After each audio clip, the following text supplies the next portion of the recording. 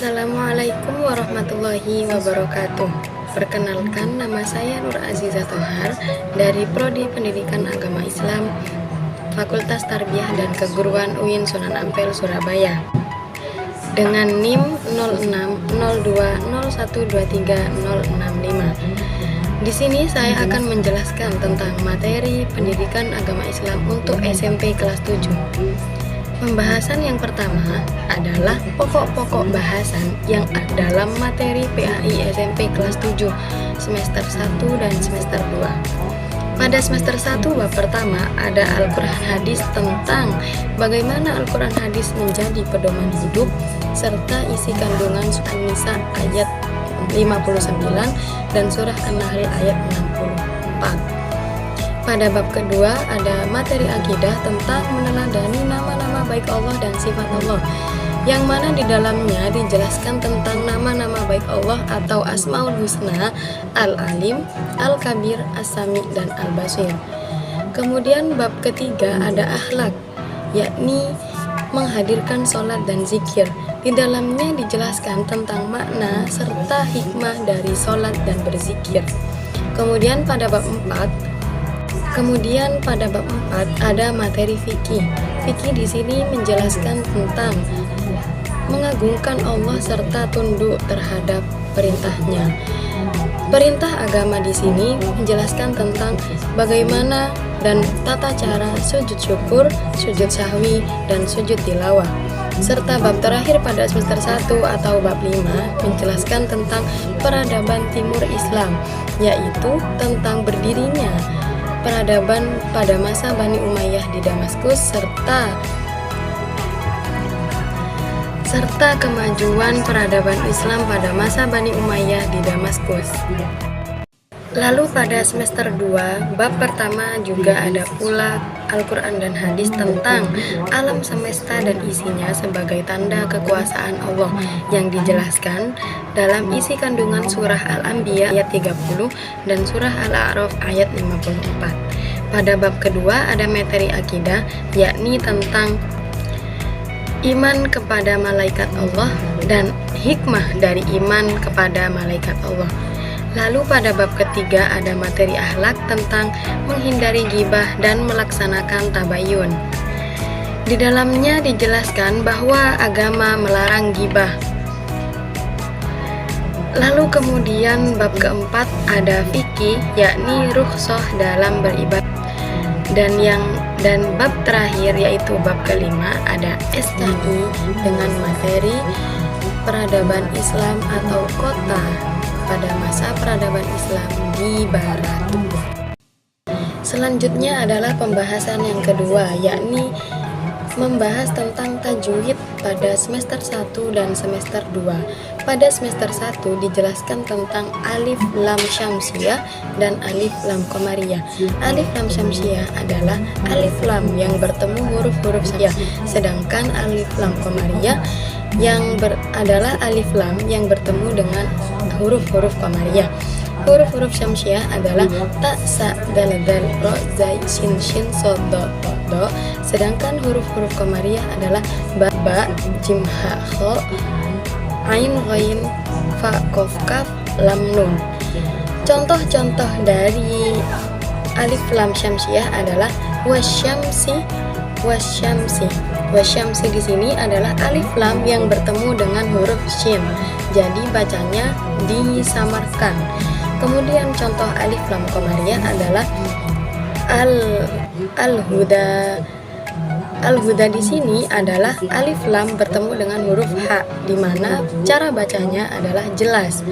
Kemudian pada semester 2 dijelaskan tajwid tentang gunnah.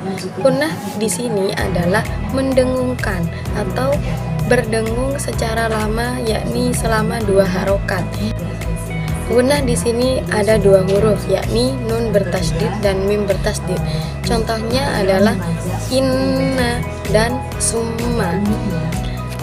Kemudian pembahasan yang ketiga adalah posisi hadis dalam Al-Quran.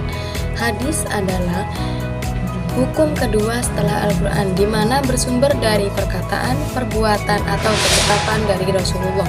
Ada juga nama yang seragam dengan hadis, yakni sunnah, athar, dan khobar. Namun di sini saya akan fokus kepada fungsi hadis. Fungsi hadis ada 4. Yang pertama, bayan at-takrir, di mana arti dari bayan at-takrir ini adalah memperkuat hukum yang telah ada dalam Al-Quran. Kemudian yang kedua adalah bayan at-tafsir, yakni memperjelas ayat-ayat yang butuh penjelasan atau perlu dirincikan.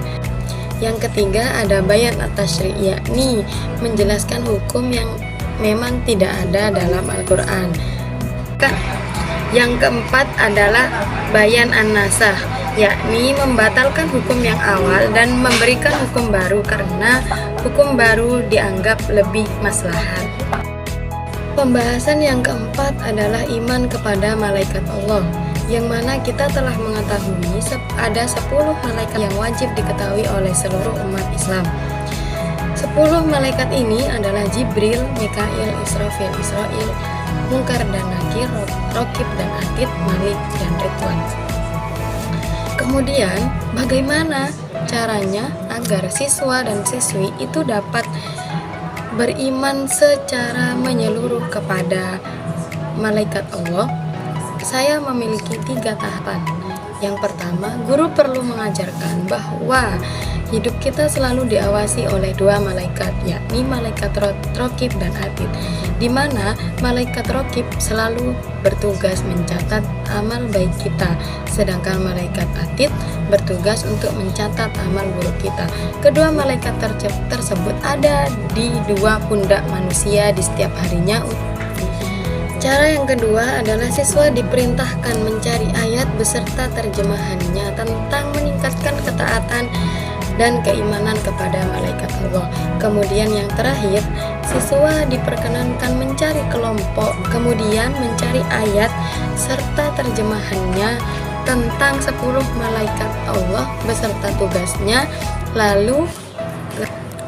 Lalu temukan pula kandungan ayat-ayat tersebut agar bisa dihubungkan dengan kehidupan sehari-hari dan diserahkan dalam bentuk tabel. Dengan cara-cara tersebut, kita sebagai guru dapat meningkatkan keimanan dan ketaatan siswa dan siswi akan iman kepada malaikat Allah. Dilanjut pembahasan yang kelima adalah sholat dan zikir. Sholat secara bahasa adalah memohon doa, sedangkan secara istilah adalah ibadah yang diawali dengan takbiratul ihram dan diakhiri dengan salam. Kemudian zikir secara bahasa berarti ingat atau mengingat, sedangkan secara istilah zikir adalah mengingat kepada Allah Subhanahu wa Ta'ala. Mungkin saya bisa merekomendasikan cara mengajar tentang sholat dan zikir agar siswa dan siswi itu bisa hafal dan menerapkan sholat zikir dalam kehidupan sehari-hari dengan cara demonstrasi atau praktik yang dilakukan di sekolah, bisa membuat siswa dan siswi itu menghafal bacaan-bacaan sholat serta zikir-zikir untuk diterapkan dalam sehari-hari. Dengan praktik tersebut, guru bisa menuntun atau meneliti bacaan-bacaan mana yang telah benar ataupun yang masih perlu diperbaiki. Pembahasan yang keenam adalah sujud syukur, sujud sahwi, dan sujud tilawah. Sujud syukur biasanya dilakukan ketika seseorang mendapat kenikmatan dari Allah atau selamat dari malabahaya. Selain dengan sujud syukur, biasanya seorang melakukan rasa syukur dengan mengucapkan alhamdulillah. Bacaan sujud syukur adalah subhanallah walhamdulillah wala ilaha illallah wallahu akbar. Yang kedua adalah sujud sahwi. Sujud sahwi biasanya dilakukan ketika seseorang ragu ataupun lupa saat sedang beribadah sholat. Sujud sahwi dilakukan sebelum salam, dilakukan 2 kali sujud dengan mengucapkan Allah subhana man la yanamu wa la yashu. Dan yang ketiga adalah sujud tilawah. Sujud tilawah dilakukan ketika seseorang membaca ayat-ayat Al-Quran berupa ayat sajadah. Bisa dilakukan di luar sholat ataupun di dalam sholat. Jika di luar sholat, maka orang tersebut boleh langsung menghadap kiblat lalu niat bersujud tilawah dan sujud. mengambil intisari. Bacaan sujud tilawah adalah sajada wajhiya lilladzi khalaqahu wa saqa sam'ahu wa basarahu bihaulihi wa quwwatihi fatabarakallahu ahsanul khaliqin. Dan pembahasan yang ketujuh adalah rukhsah. Secara bahasa, rukhsah artinya meringankan. Namun secara istilah adalah perubahan hukum dari hukum awalnya karena sebab tertentu bertujuan untuk memudahkan atau meringankan. Rukhsah di sini terbagi menjadi dua, yaitu rukhsah ihsani yang mengandung kebaikan dan rukhsah yang menggugurkan hukum azami. Yang pertama, rukhsah dalam sholat. Meringankan sholat seseorang bisa dengan dapat meringkas sholat ketika berpergian jauh. Kemudian untuk orang sakit, apabila tidak bisa melaksanakan sholat dengan berdiri, maka boleh dilaksanakan dengan duduk. Apabila tidak bisa dengan duduk, maka boleh dilaksanakan dengan berbaring. Jikalaupun belum bisa juga dengan berbaring, maka boleh dilaksanakan dengan isyarat mata. Kemudian yang kedua adalah rukhsah puasa. Diringankan puasa bagi orang-orang yang sakit parah. Boleh tidak berpuasa untuk orang yang sakit parah, yakni orang yang perlu meminum obat atau mengkonsumsi obat di setiap harinya. Kemudian untuk orang-orang hamil, menyusui, nifas, haid, dan orang tua renta. Rukhsah yang ketiga adalah zakat.